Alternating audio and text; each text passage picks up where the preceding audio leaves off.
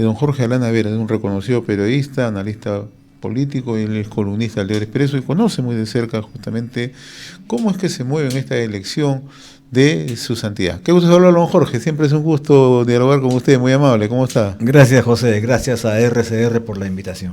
Usted ayer publicaba un excelente artículo estos días, ¿no? El Vaticano en su hora decisiva, todo listo para el cónclave, continuidad o pausa, el gran dilema, donde detalla cómo es el proceso de elección para suceder al Papa Francisco y qué tan crucial es justamente para el Vaticano, para la Iglesia Católica y, por cierto, para el mundo entero.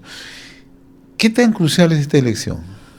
Es absolutamente crucial para el futuro de la Iglesia Católica y además también para la Iglesia Católica y el mundo contemporáneo, que como todos sabemos está en una crisis también aguda a partir de la elección del presidente Trump y de otros sucesos que vienen convulsionando la escena internacional, ¿no? La elección del sucesor de Francisco es clave para la Iglesia, porque la Iglesia atraviesa una profunda crisis, caracterizada por el abandono de feligreses en todo el mundo. Solo en África y en Asia los católicos crecen, mientras que en Europa, América y el resto de países decrecen de una manera alarmante. Con las vocaciones sacerdotales, es decir, con el clero, pasa exactamente lo mismo. Los sacerdotes que habían en el mundo hace 50 años son ahora la mitad de lo que había hace 50 años. Entonces, eso es una crisis fundamental, en la que hay muchos factores para analizar, ¿no? Por eso es que Francisco trata, en su pontificado, de acercar la Iglesia a la gente, ¿no? Ahora, una de las características del Papa Francisco es que además él está muy cerca a la agenda mundial, a los principales problemas, al tema de migración, al tema de los conflictos que se generaban fundamentalmente entre Ucrania y Rusia, a lo que ocurría en el Medio Oriente, al tema de la pobreza y pobreza extrema, pero adicionalmente también a los propios problemas de la propia Iglesia. Cuando hablamos que hay una profunda crisis, ¿podemos hablar de corrientes, don Jorge? Efectivamente, aunque quisiera resaltar que a propósito de tu análisis inicial para esta pregunta, efectivamente parece que lo que está primando en la elección del nuevo sumo pontífice es el carácter de un cardenal que sea a la vez diplomático, pero a la vez también pastor, ¿no? Esa dupla. Ahora, efectivamente, hay dos corrientes muy marcadas en la Iglesia, ¿no? Digamos, lo que podrían llamarse progresistas y los conservadores. Pero esos términos son muy relativos, porque hay cardenales que sintonizan con algunas posiciones de un sector, pero no con todas, y viceversa, ¿no? Podríamos decir entonces que lo que sí divide a la Iglesia, y esta será la oportunidad en que veamos hasta dónde, y si hay una salida como todos esperamos, es lo que se ha llamado el Sínodo de la Sinodalidad, convocado por el Papa Francisco en 2021 para un periodo de 4 años. Este sínodo es la reunión de todos los obispos, pero Francisco, por primera vez en la historia de la Iglesia, amplió esa convocatoria y la extendió a dirigentes eclesiásticos, a mujeres, la extendió a pastores que no son ni tienen birrete cardenalicio, obispal, eclesial, sino a seglares, o sea, amplió la base del sínodo. Y una mayor participación de laicos. Completamente, una mayor participación de laicos, una bastante mayor participación de laicos, lo que produjo una reacción a veces muy dura de cardenales y prelados del mundo entero que se oponían y se siguen oponiendo a eso porque consideran que está fuera de la doctrina de la Iglesia. Ahora, ¿quién representa esa facción de apertura y quién representa esa facción, si se quiere, más conservadora de la Iglesia? Como te repito, es difícil singularizar en una persona, pero podríamos decir que los que representan la opción continuista, la opción de la continuidad, por ejemplo. No perdamos de vista que Francisco nombró 108 cardenales de los 133 que están sentados allí. De ese grupo inmenso tenemos, por ejemplo, al cardenal italiano Matteo Zuppi, tenemos al cardenal filipino Luis Antonio Tagle, al cardenal norteamericano, pero con DNI peruano, Robert Prevost. Él estuvo en Lambayeque. Exacto, estuvo en Lambayeque, en el Callao, en Trujillo.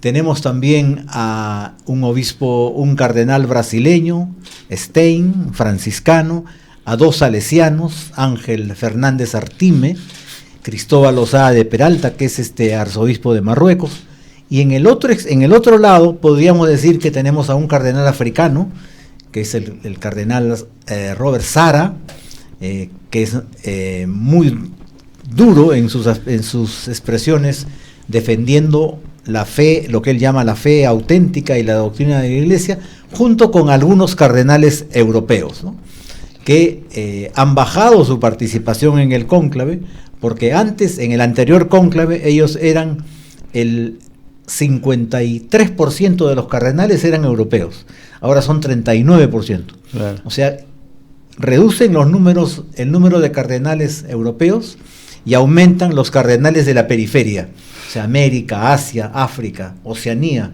¿no? Hay comunidades incluso pequeñas que tienen un cardenal. Entonces, ¿cuál podría ser la diferencia entre haber elegido en la anterior elección, donde fue designado Francisco, a esta elección actual? O sea, todo este escenario que usted nos está dando, ¿cómo podría definirse? Porque en el Vaticano siempre hay una frase que domina en estas elecciones, ¿no? Los papables salen como cardenales. Así es. O sea, quienes son, digamos, los que podrían ser elegidos, finalmente siguen siendo cardenales. Entonces siempre hay una elección que en algún momento marcó consenso. Ahora se puede marcar un consenso con la división que se ve en la Iglesia. Tiene que marcarse un consenso, ¿no? Es lo que ha pasado con Francisco. Pero no olvidemos que es una elección en la que hay también factores políticos en juego. Y los cardenales son finalmente, además de pastores, son también hombres de grey, hombres que mandan, que deciden, ¿no?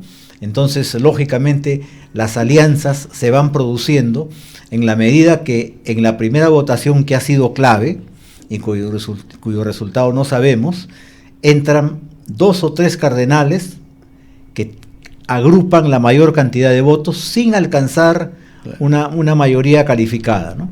Pero son los que van a marcar la pauta de las siguientes votaciones, porque eliminan al resto y quedan 2 o 3, entre los cuales comienzan a ver quién tiene más capacidad de arrastre de votos, ¿no? Ahora, es posible que entre ellos se neutralicen, cosa que puede pasar ahora, y entonces surge un candidato de consenso, ¿no? No es ninguno de los que tuvieron mayores votos, sino aparece alguien que ya está previsto también, que puede terciar en la batalla y finalmente ser elegido papa. Ahora, en el cónclave no hay oportunidad que intervenga, no hay deliberaciones. Fuera del cónclave sí hay deliberaciones, hay oportunidad de algunos acercamientos, negociaciones de algún tipo. No, esas ya se hicieron en el precónclave. ¿Ya? En el precónclave. ¿Ya? Es simplemente los cardenales se reúnen para elegir al papa, y los católicos y los propios cardenales, que son representantes de la jerarquía católica y además continuadores de una tradición milenaria que viene desde Cristo, saben a ciencia cierta que el Espíritu Santo va a iluminarlos en el momento de la elección, ¿no? Por eso hay esta pausa, este silencio, ellos con su conciencia y con su Dios, tratando de ver quién es aquel que puede significar continuar la obra de Francisco, detenerla para evaluarla, ver cuáles son los aspectos a favor y en contra, y finalmente encontrar un candidato que signifique la unidad, porque por sobre todas las cosas todos han señalado que lo importante es que la Iglesia siga unida y sólida, ¿no? Ahora, en el artículo, análisis que publica, señala que las dos facciones se juegan el todo por el todo. Así es, así es. ¿Tanto es así en la iglesia? Sí, tanto es así, porque ambas saben, ambos grupos, digamos, ambos cardenales que saben que están en la lucha espiritual, pero también material, que si, por ejemplo, en esta oportunidad se pausara un poco bruscamente las reformas de Francisco, ya muchas de ellas ya no se van a concretar, ¿no? Ya no se van a concretar porque la curia tiene sus plazos, y si en cambio predominara la corriente de seguir avanzando para corregir en el camino, el otro sector, el conservador, también sabría que ya no se va a poder revertir algunas reformas, ¿no? Ese es el dilema. Por eso es que ambos grupos o quienes vayan perteneciendo a uno u otro grupo tienen que decidirse. Pero, como vuelvo a repetir, ellos tienen claro que la unidad de la iglesia es lo más importante para que no se produzcan divisiones que pueden ser muy llamativas, o el cisma, como siempre se ha asomado cuando hay situaciones críticas como esta, ¿no? Estamos dialogando con don Jorge Alanea Vera, reconocido periodista, analista político, columnista del Diario Expreso, analizando precisamente la elección del nuevo Papa.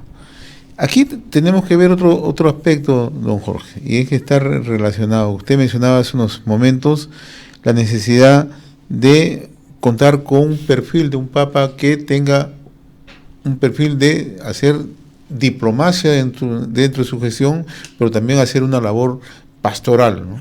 Lo primero, para estar conectado con los grandes problemas que tiene el mundo, y estar conectado con los grandes líderes que tiene el mundo para efecto de encontrar una solución o una presencia activa de parte de la iglesia. Y lo segundo, no perder lo que se mira con mucha preocupación, la feligresía en el mundo. Así es. Ese es el dilema, o sea, tener un papa que sea pastor por sobre todas las cosas, para que el mundo y la feligresía católica lo mire como un líder que acompaña la marcha de todos los que quieran sumarse hacia un mejor camino, hacia un norte mejor para todos, con equidad, con justicia, y en esa tarea, lógicamente, como se vive en un mundo polarizado, el Papa tiene que tener un ascendiente tal que sea escuchado por los principales líderes del mundo, ¿no? ¿Qué ha pesado en los últimos años, don Jorge, para no tener ese mismo posicionamiento en cuanto a feligresía en el mundo? ¿Qué factores han pesado al interior de la iglesia? Hay muchos factores en realidad, pero por ejemplo en el caso de la iglesia latinoamericana, ¿no?, ha habido un éxodo masivo de católicos hacia las iglesias evangélicas. Hacia un éxodo masivo, y eso hay múltiples razones para poder explicarlo. Por ejemplo, si uno va a una misa evangélica o a una celebración evangélica, va a escuchar a los feligreses cantar, alzar las manos, dar testimonios. Es una celebración viva. En cambio, si uno de mayor participación. Exacto. Que la Iglesia Católica está recogiendo, porque ahora en las iglesias también católicas se canta, se da testimonio. Entonces, ese es un aspecto. En segundo aspecto, hay que considerar los problemas que ha tenido la iglesia, ¿no? La historia de abuso infantil, la pederastia, ¿no? La pederastia, la pedofilia, que también impacta, y el hecho de que, como es una iglesia oficial, siempre el oficial tiende a desgastarse, ¿no? En ese sentido, y además la crisis en general de valores, ¿no? La crisis de valores hace que el mundo se secularice cada vez más. Ya casi nadie tiene en cuenta ciertas virtudes, que ya incluso hasta dejan de ser virtudes para convertirse en características de la persona. Todo eso ha ido secularizando la iglesia, volviéndola ya no una grey con su pastor, sino una comunidad que tiene algunas características, pero no comparte la misión fundamental de cuál es llevar el mensaje de su Dios, de Cristo, a las comunidades, un mensaje que siempre es una presencia misericordiosa, ¿no? ¿Puede pesar el hecho que el último Papa que hemos tenido, Francisco, no pertenecía a los grandes grupos Europa, ¿no? Puede pensar que ahora hayamos tenido un papa latinoamericano y se tenga que optar por un papa, como usted decía, de África o de otro país. Claro, por ejemplo, hace 47 años que no hay ningún papa italiano, que ¿Ya? siempre estuvieron como primera opción Claro. para papas.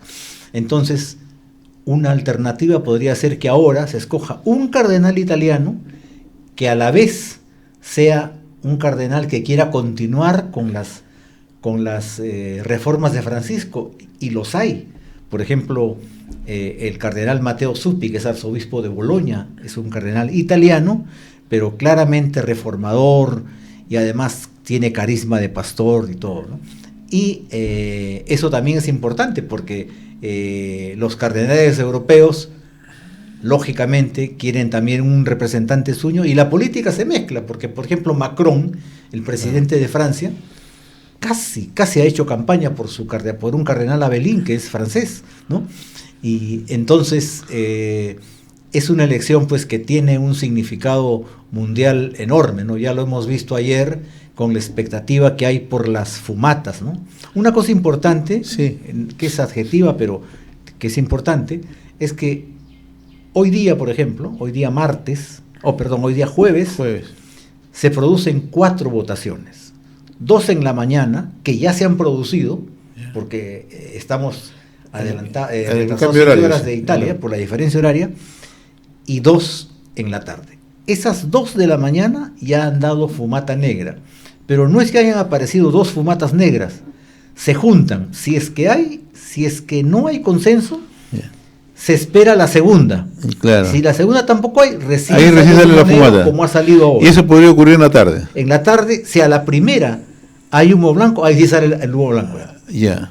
Ya no hay la otra votación. Pero si vuelve a salir, si no hay consenso, digamos como a las 10 de la noche, porque eso va a demorar, porque ya son 2. Ayer solo fue una votación, ahora serían 2. Ya saldría la fumata negra para decir no hubo consenso en las 2 votaciones. Y así durante 35 votaciones, al cabo de las cuales, si ningún candidato ha alcanzado los 89 votos calificados, se va a seguir con las 2 votaciones en la tarde y 2 en la mañana, hasta que uno de 2, ya no de varios, como era hasta Francisco, alcance la mayoría calificada, porque antes de Benedicto XVI, él hizo la reforma, bastaba alcanzar la mayoría entre 2. Claro. Pero no, ahora exige la reforma que hizo Benedicto XVI, que el Papa siempre sea elegido con el consenso de los 89 o de los 2/3 de la votación de quienes estén presentes en el Congreso. Llegar a las 35 ya es con mayoría calificada. Las 35 votaciones, si Todas. se llegara a esa. Claro, y las que después se producirán también. Tiene que salir un Papa con 89 votos, sí o sí. Ahora, ¿cuál es la elección que se recuerda que duró más tiempo? La elección que duró más tiempo, el cónclave más largo, fue en el año 2268. ¿Ya? Y duró 3 años. 3 años. Hasta 1271. Se realizó no en Roma, sino en una ciudad cercana que se llama Viterbo. Yeah.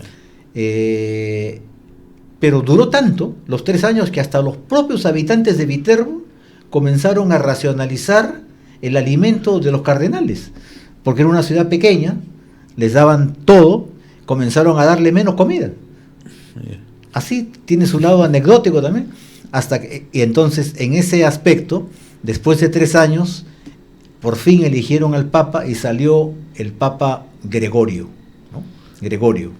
Y el más corto es en el año 1570, creo, en el cual se elige un Papa en una sola reunión.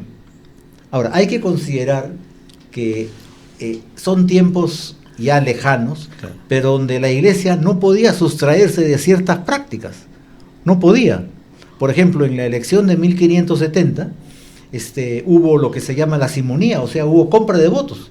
Uno de los cardenales que tenía la mayor opción compró votos y por eso salió en la primera, ¿no? Porque así eran los tiempos, ¿no? Ahora, siempre, incluso cuando se le pregunta a los cardenales y ellos dicen, nosotros tenemos que mantener un secretismo total, ¿no? Pero ¿siempre hay alguna posibilidad que trascienda algo? No, es imposible, salvo que el Papa lo cuente, como sucedió con Francisco. Por ejemplo, ningún cardenal puede, ni ahora, ni después, ni nunca, revelar los secretos del cónclave. Pero el Papa sí puede hacerlo. Por eso Francisco ha contado, en su libro El Sucesor, ha contado, por ejemplo, que cuando, después del primer día, de las 2 votaciones y de las 2 del segundo día, se le acercaron algunos cardenales, ¿no? Se le acercaron a preguntarle algunas cosas. Otro cardenal argentino le dijo, Francisco, los europeos quieren hablar contigo.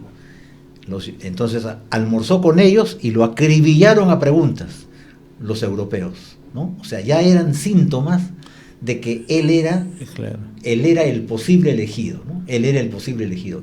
Otro cardenal se le acercó para preguntarle si ya tenía listo su discurso, y finalmente, y esto demuestra que la elección también es de hombres y no solo de príncipes de la iglesia, un cardenal le preguntó si le habían extirpado un pulmón, lo cual no era verdad, porque él tiene una cirugía muy pequeña que no le impide y no le impidió nunca trabajar a tiempo completo, pero según los cronistas era la última maniobra, así, porque así se tiene que llamar, del grupo que no quería que él saliera, ¿no? Para tratar de apartarlo, ¿no? Es decir, él no puede porque está enfermo, ¿no? Porque no va a durar, ¿no? Esas son las sutilezas y las anécdotas que hay en toda elección, ¿no? Para culminar, don Jorge, yo le agradezco de esta manera ilustrativa que nos está comentando y también un poco analizando el contexto en cómo está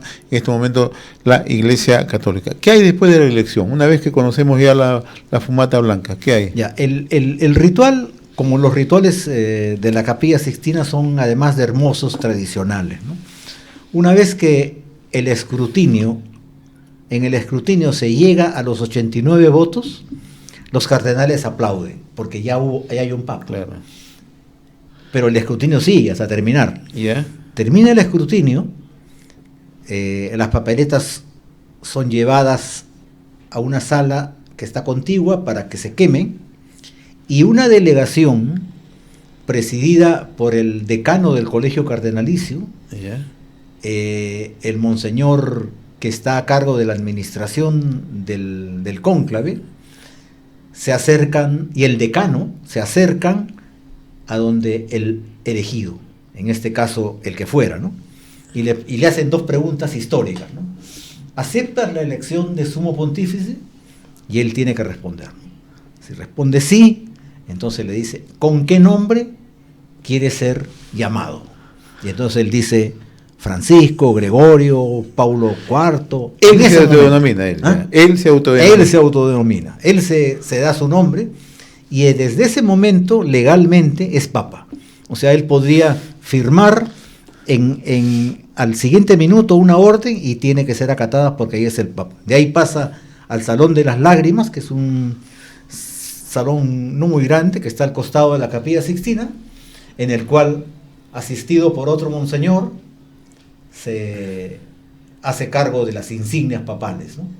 Se viste de blanco, se cambia todo lo que se tiene que cambiar, se pone la cruz, cosas que Francisco rechazó, y queda listo para salir solemnemente, al salón, donde ocupa el sillón principal en el medio.